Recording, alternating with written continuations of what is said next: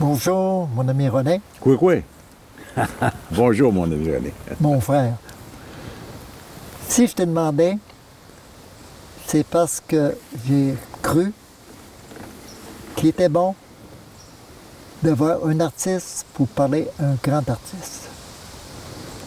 Et René est artiste aussi. Et je vais lui laisser s'exprimer comme artiste. Ben, d'abord, je te remercie. D'abord, moi, salut Pierre. Salut René. Bien content, toujours content de te revoir. Moi, je t'ai connu par le biais de Denis Pinard, qui était mon ex-beau-frère dans les années 75, probablement. Et j'ai tout de suite trouvé que tes peintures avaient quelque chose de très original, de personnel, en tout cas, qui venait me rejoindre. Puis il y avait déjà cette dimension un peu... là, je ne veux pas dire des mots qui ne seraient pas justes, mais pour moi, en tout cas, dans ma perception, un peu éthérique. Il y avait quelque chose de plus. Je me disais, je vois ça, mais je sentais quelque chose d'autre. Tu sais que je m'intéresse beaucoup à la culture autochtone aussi, on en a déjà parlé. Et je trouve que ce que tu es, tes valeurs profondes, pour moi, rejoignent beaucoup l'essentiel de l'humain. Et je pense que quand on cherche l'humain, on rencontre le divin. Et l'inverse est sûrement très vrai aussi. Je t'ai écrit un petit mot teinté un peu de paroles bibliques que tu vas reconnaître. Et je me disais, quand j'ai pensé à toi, Pierre, c'est, dans le fond, tout commence, tout l'univers a commencé par les pierres. Toutes les pierres. Et je trouve que c'est un nom prédestiné, parce qu'il me semble que tu construis quelque chose, tu bâtis quelque chose par ce que tu es. Et moi, c'est ça, j'ai le goût d'être un petit peu posé, moi aussi, ma petite pierre. Et je me dis, ce qui est important, c'est de dire, c'est une histoire qui est sûrement connue, celui qui bâtissait puis qui disait, je pose pas une pierre, je construis une cathédrale. J'ai l'impression que ta pierre est tellement importante et ce que tu es aussi tellement important dans notre monde actuellement. Fait que moi, je suis très, très heureux de participer un petit peu à ma manière à un petit texte que je t'offre avec grand plaisir. Alors, ça s'appelle « D'une pierre à l'autre » et surtout d'un pierre, bien sûr, à l'autre, Dieu étant souvent ce qu'on appelle le tout autre. Il était un jeune homme, au regard perçant et doux à la fois, aux gestes précis et onduleux à la fois, aux mots choisis et colorés à la fois, aux questions profondes et tumultueuses à la fois.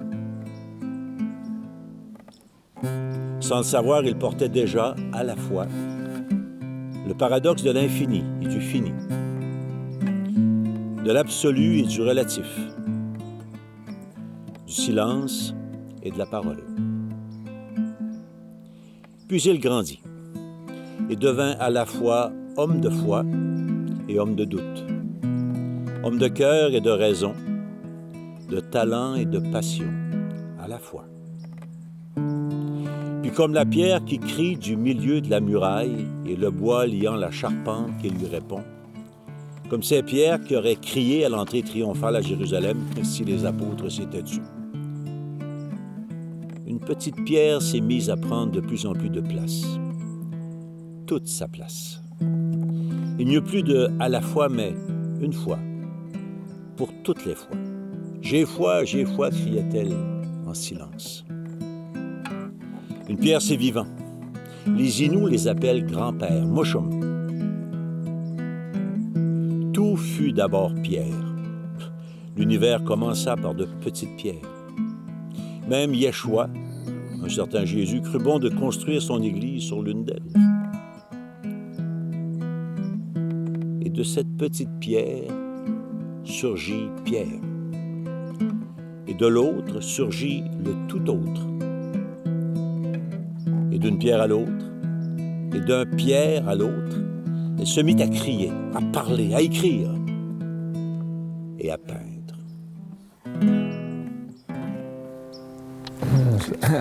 Magnifique, c'est magnifique. C'est pour marquer un petit peu Écoute. l'amitié que j'ai pour toi. René, Oui. Denis, tu parlais de... Denis Pinard, oui, oui. Denis, Il me demandait oui. que tu dises ce Ah, ben oui, texte. Il te Denis. demandait. Ah, ben je vais le faire avec plaisir. Oui. Lorsque nous nous déplaçons dans la nature, ma conjointe, Louiselle et moi, il nous arrive fréquemment de nous dire, on dirait un tableau de Lucier. Au-delà des masses et des formes toujours placées harmonieusement, ce sont les ombres et la lumière qui attirent d'abord notre attention. Pierre sait retenir l'essence des choses. Quel que soit le médium qu'il utilise, un graphite, un pastel, une aquarelle ou une huile, il amène notre regard et nos émotions vers un réel qui nous transporte dans un état contemplatif. Sa recherche de l'authenticité révèle une rigueur et une profondeur mettant en évidence l'âme véritable du ou des sujets qui composent ses portraits. Il en est de même pour chacun de ces paysages qui ravissent nos sens. Nous sommes accros à son œuvre. Nous sommes admiratifs par tout ce qui l'entoure. La présence de sa douce et inspirante conjointe, ses 4 filles qui utilisent quotidiennement leur héritage artistique pour sans cesse créer la beauté. Que dire de tous les endroits où il a choisi de vivre, tant à l'étranger qu'au Québec, y compris bien entendu la vallée de la Matapédia, qui contribue à développer son art avec une si grande sensibilité. Il nous fait redécouvrir le beau. Tout devient beau.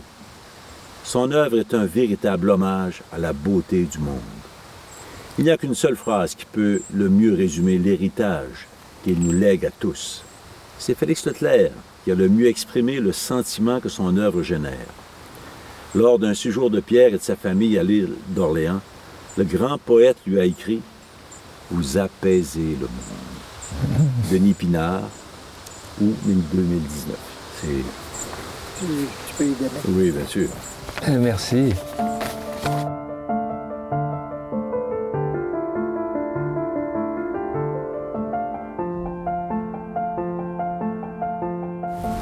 J'aimerais connaître un peu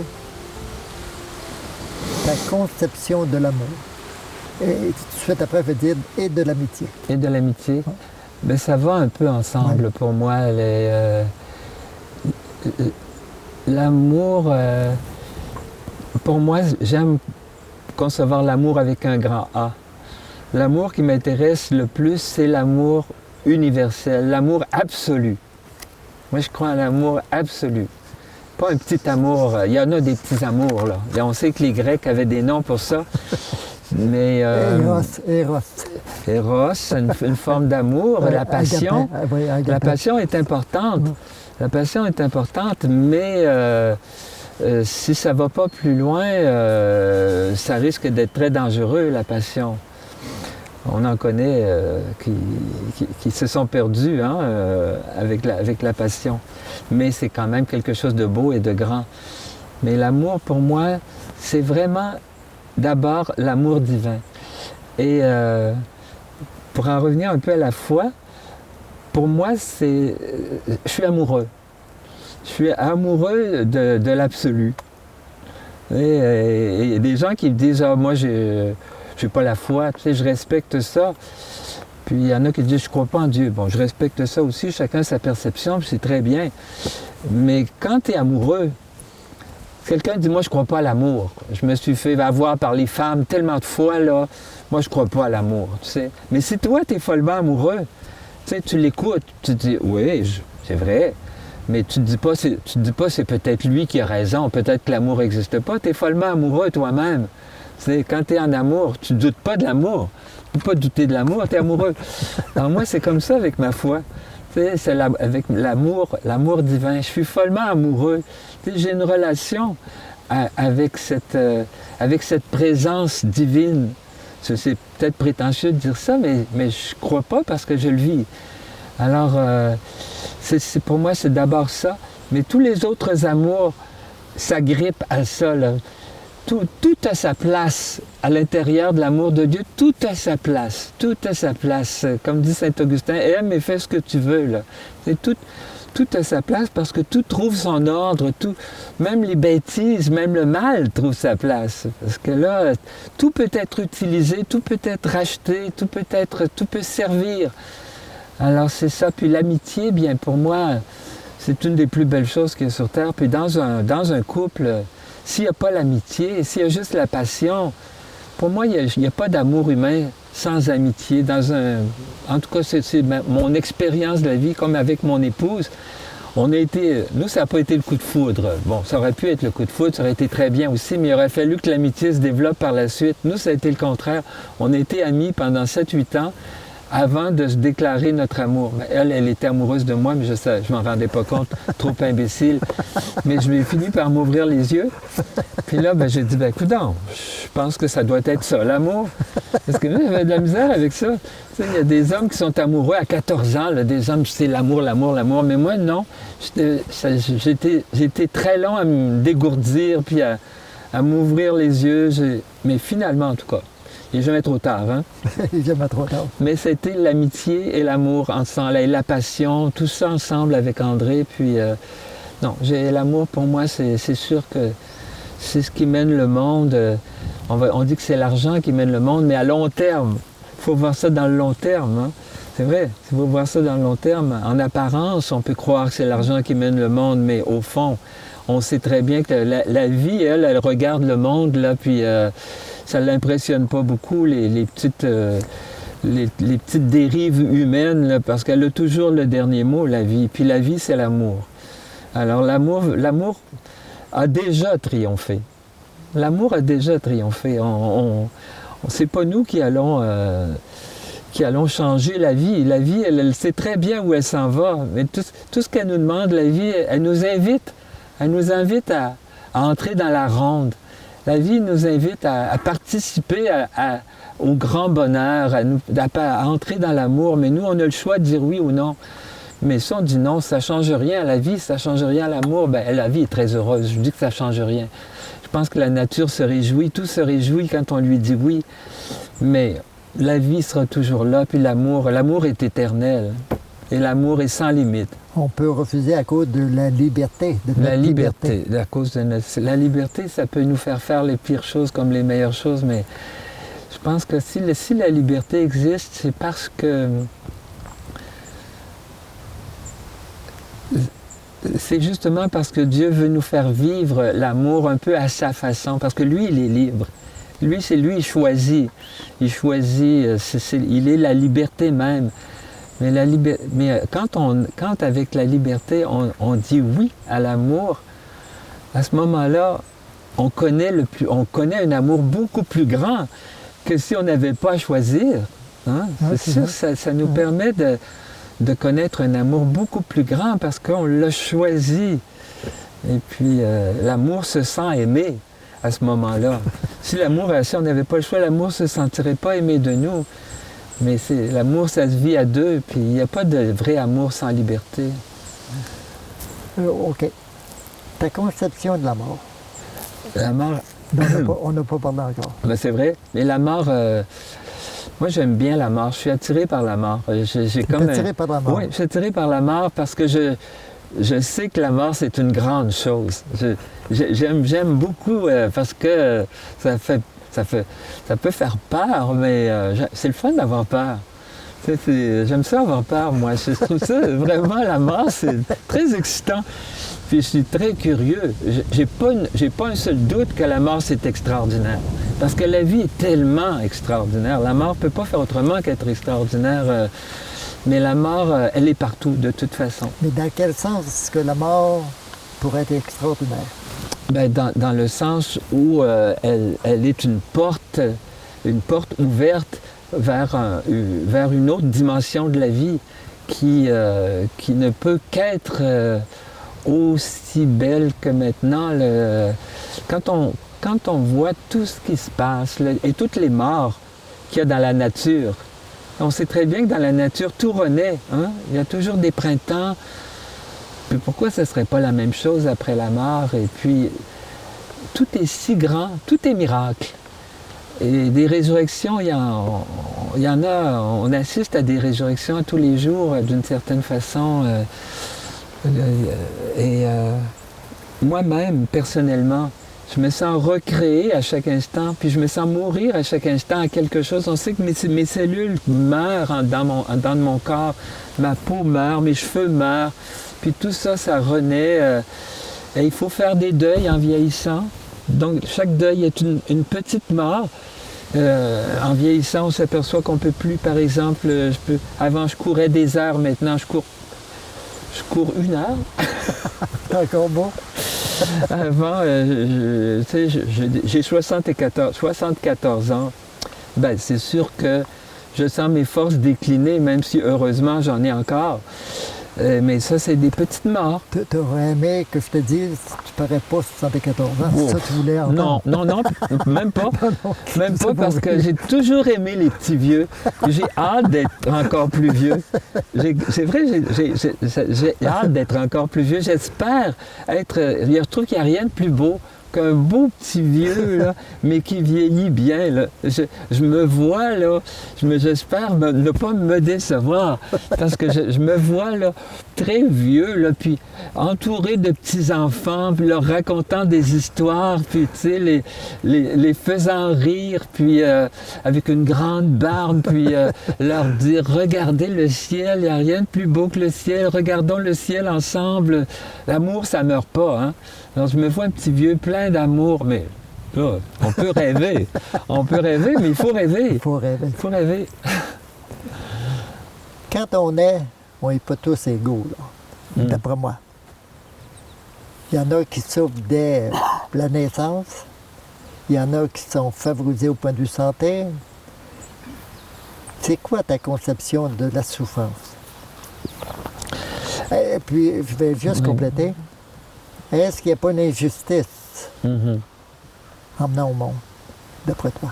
Oui.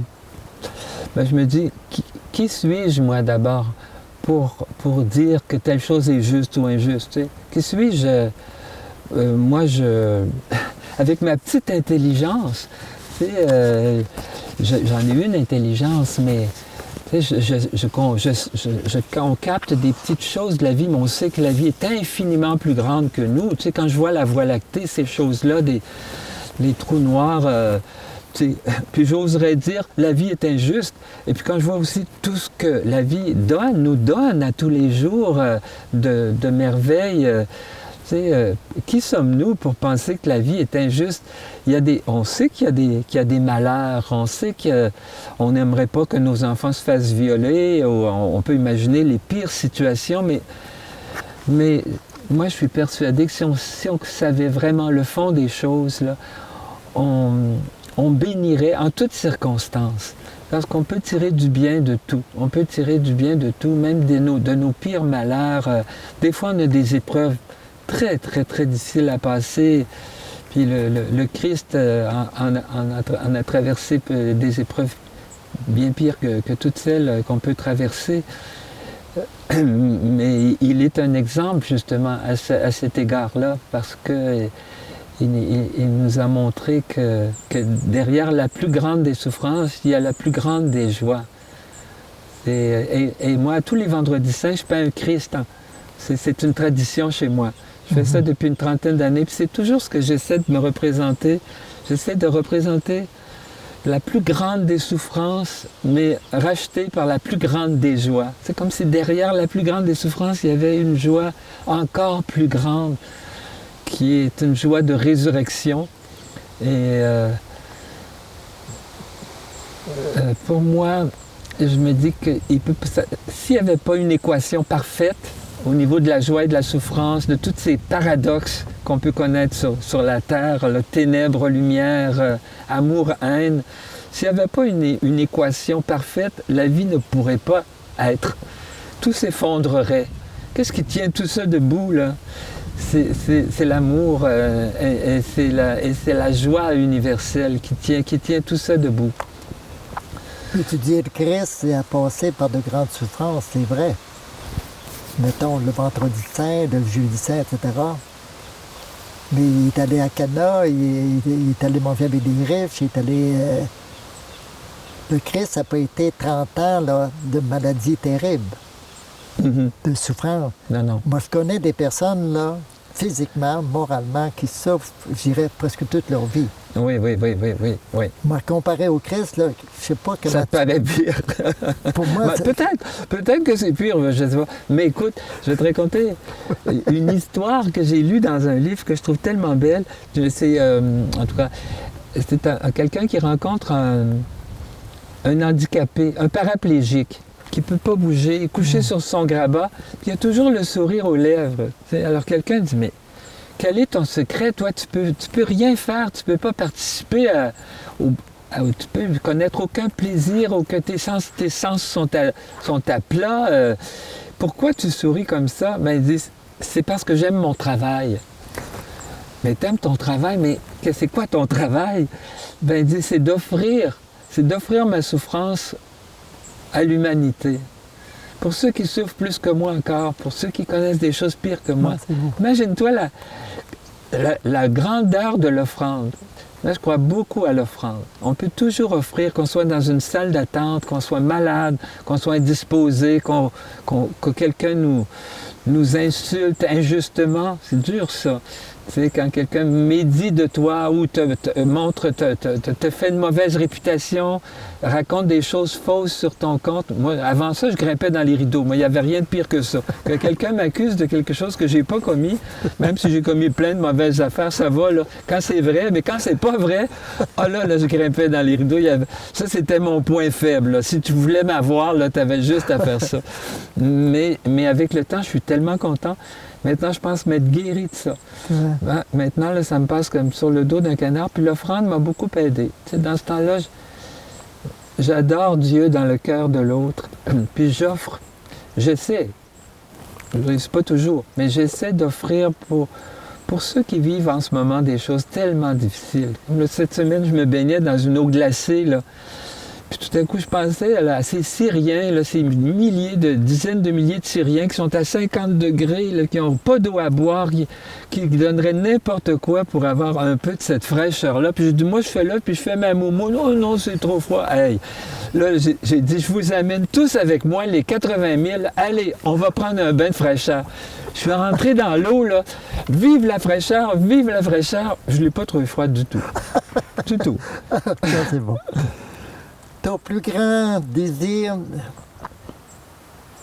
quel désir t'aimerais réaliser avant de mourir? Oh, j'aimerais bien peindre un tableau qui me satisfasse. Parce que tu n'en as pas là, qui te satisfasse. Pas vraiment. Oui, ils me satisfont, mais là, je voudrais... Tu sais, j'ai toujours l'impression qu'il y en a un qui m'attend, là, puis que j'ai un vrai, là, un vrai beau, là, tu sais, Ah, ça, là, j'aimerais bien ça, avant de mourir, arriver à faire un beau grand tableau, là, je dirais, oh, là, j'ai fait quelque chose, là. Mais pas juste ça, là, j'aimerais laisser en héritage à mes enfants l'exemple d'une vie droite, l'exemple d'une vie donnée, une vie vraiment donnée. Ça, j'aimerais beaucoup ça. Que mes enfants, mes petits-enfants, ils disent, notre père, là, c'était un homme. Et puis, il a cru en la vie jusqu'au bout. Et puis, il n'a pas baissé les bras. Puis j'aimerais mourir en donnant ma vie pour quelqu'un. Moi, la pire des morts, pour moi, ça serait de mourir dans mon sommeil. Mais évidemment, si c'est ça que le bon Dieu veut, je mourrai dans mon sommeil. Mais idéalement, j'aimerais ça mourir en héros. Pour avoir vraiment une mort spectaculaire. Là. Ben, spectaculaire, pas spectaculaire, c'est pas le bon mot. Mais une mort vraiment belle. Là. Mourir comme Saint-Pierre. La tête en bas. Ben oui, ou tu sais, supposons que quelqu'un est en train de se noyer, puis tu vas le sauver, tu sais, quelque chose comme ça, okay, là, ou mourir martyr, tu sais, quelqu'un dit, ah ben là, si tu me dis que Dieu n'existe pas, là, si tu me dis que Dieu existe, là, je t'arrache les ongles. Ben Dieu existe, arrache-moi les ongles. Tu sais, j'aimerais pas ça, mais tant qu'à mourir, ça ne dure pas longtemps. Tu sais, une vraie mort, là. La totale, là, tu sais. Tu me fais rire, mais c'est plus qu'extraordinaire. Qu'est-ce que tu pouvais dire? Disons que tu es à 5 minutes de la mort, tout le monde, ton médecin dit, il reste, ta femme est là, André est là, tes enfants sont là, tes petits-enfants sont là, puis il te reste quelques minutes. Puis là, il y en a un qui demande, un petit enfant, « Grand-papa, donne-moi un conseil. » Ben, j'aimerais ça répondre la même chose que mon grand-père maternel a répondu.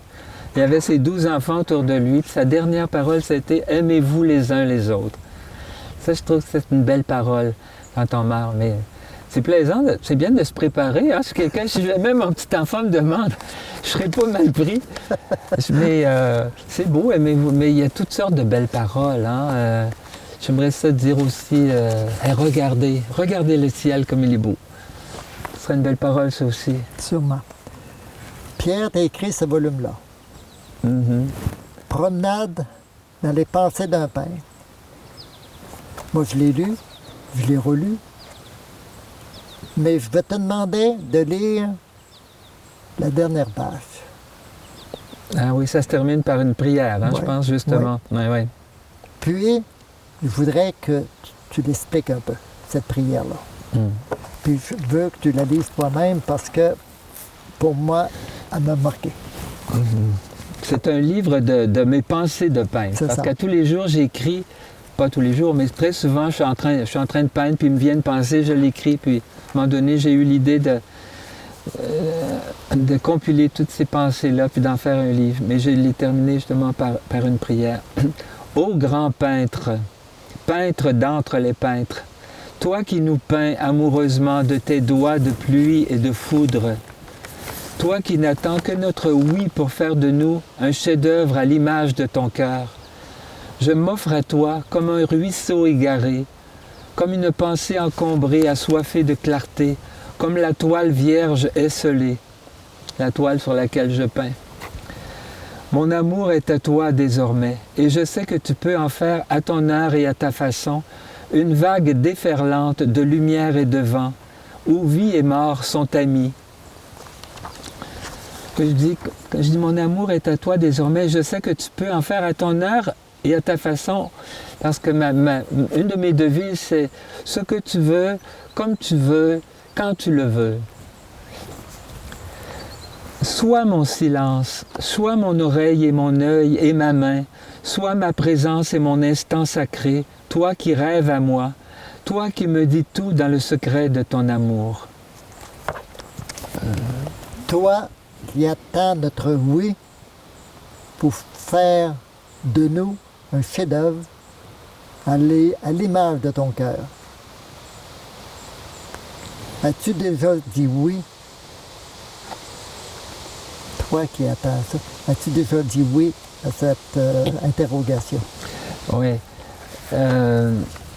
J'essaie de dire oui. C'est le plus beau mot peut-être de la langue française, oui. J'aime beaucoup ce mot-là, oui. Parce que, ben, comme à l'Annonciation, hein, Marie a dit oui. Puis toute la création attendait son oui. J'ai l'impression que toute la création attendait son oui. Puis comme toute la création attend mon oui, comme c'est maintenant que ça se passe là. Hein, c'est maintenant que ça se joue. Là. Toi, tu es là, moi, je suis là. Francis est là avec sa caméra. René Jacques est là assis sur sa chaise. Puis André est là dans le chalet. Mais tu sais, c'est un moment d'éternité. Il n'en tient qu'à nous d'en faire un moment d'éternité. Hein. Alors moi, j'ai dit oui. Alors, je regarde le ciel, puis j'ai dit oui. Et je suis certain que mon oui est accueilli en ce moment. Il n'y a rien qui fait plus plaisir à la vie qu'on lui dise oui, parce qu'elle ne fait rien si on ne dit pas oui. Si je ne dis pas oui, la vie, elle ne fera rien. Mais si je lui dis oui, pfiou, elle va arriver là, elle va déferler comme un ouragan en moi, puis elle va dire, enfin, il dit oui. Là, je peux agir, là, je peux... parce que la vie a toujours des cadeaux à nous faire, puis des cadeaux incroyables. Pierre, je te remercie infiniment. Je dis Alléluia avec toi. Tu me fais réfléchir et tu vas alimenter spirituellement beaucoup de monde. Ouais, J'en ben, je suis l'espère. sûr. Je l'espère. J'en suis sûr.